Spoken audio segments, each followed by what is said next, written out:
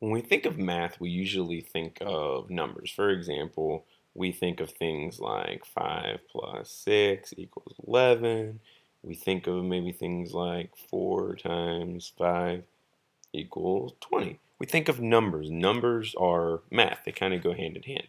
But we don't realize that until we get older, that a big part of math too is also the alphabet, as in letters.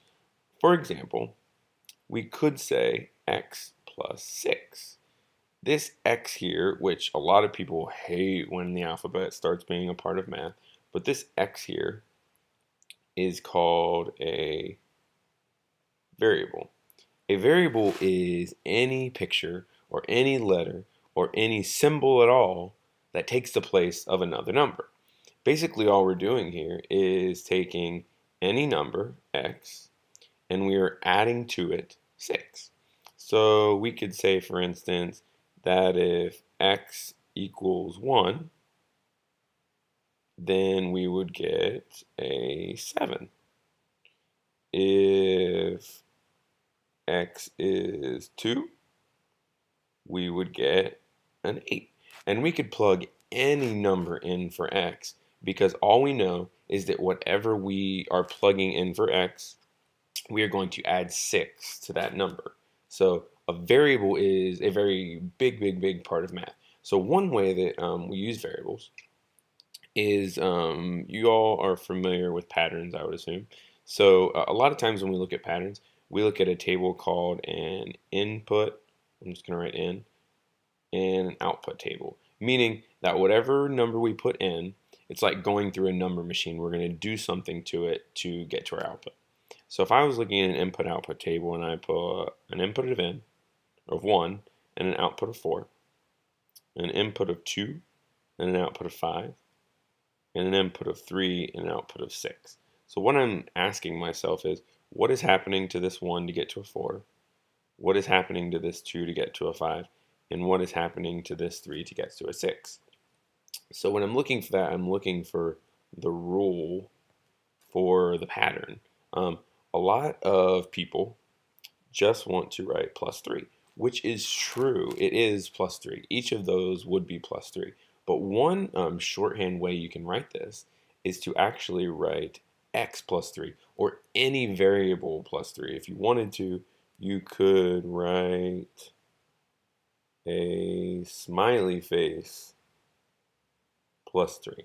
As long as this right here could represent any number, because we just want to say that any number that goes into this input, we will need to add 3 to it.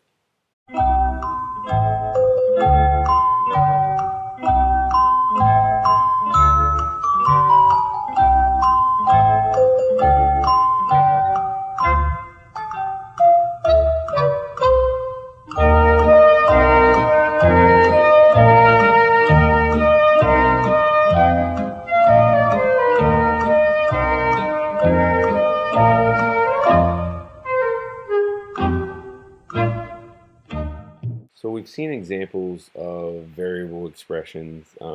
For example, we looked at one earlier that said x plus 3, and we knew that anything could take place of that x. Well, sometimes a variable can work a little bit differently. Sometimes we may have an unknown number, but we actually know the solution to the problem. So that gives us a little more information. When we have that little bit more information, we can actually figure out what our variable stands for by working backwards. In this case, what we would do is we would take 5 minus 3, and we would get that our variable was the same as 2. This is called, when we have something like this, x plus 3 equals 5, that's called an open sentence. Because it's a number sentence, I'll write that down. Open sentence. Because that's a number sentence where we have an open spot that could either make the number sentence true or false. If anything besides the number 2 is put into that particular number sentence, that would be false. If the number 2 is put in, that would be true. So that is why we call it an open sentence. So you may be wondering, when would something like this be useful? Well, let's look at this particular problem situation. It says, Mrs. Thompson baked her husband, Mr. Thompson, that would be me, some cookies. She ate 37 of them before he got home. Let me just tell you, she likes cookies, and sometimes I don't get too many of them. And there were 9 left. So when I think of that problem, um, I think of 37. First of all, I think of subtraction because we see that word left, and it kind of makes us think subtraction. So I think I started out with 37. She ate, we see this word some. That's our variable.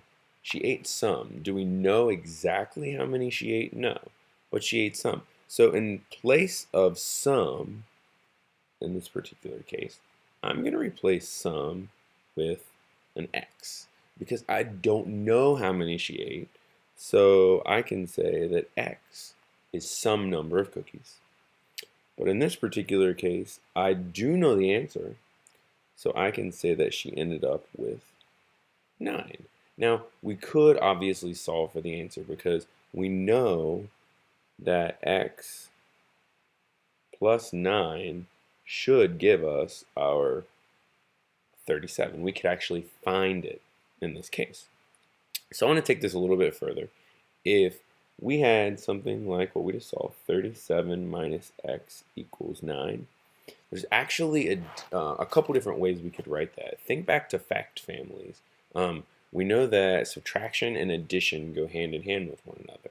So besides writing it like 37 minus x equals 9, we could also say 9 plus x equals 37. That would also be true. We could also say 37 minus 9 equals x. And we could also say x plus 9 equals 37. In all 4 of these cases, this x stands for exactly the same number.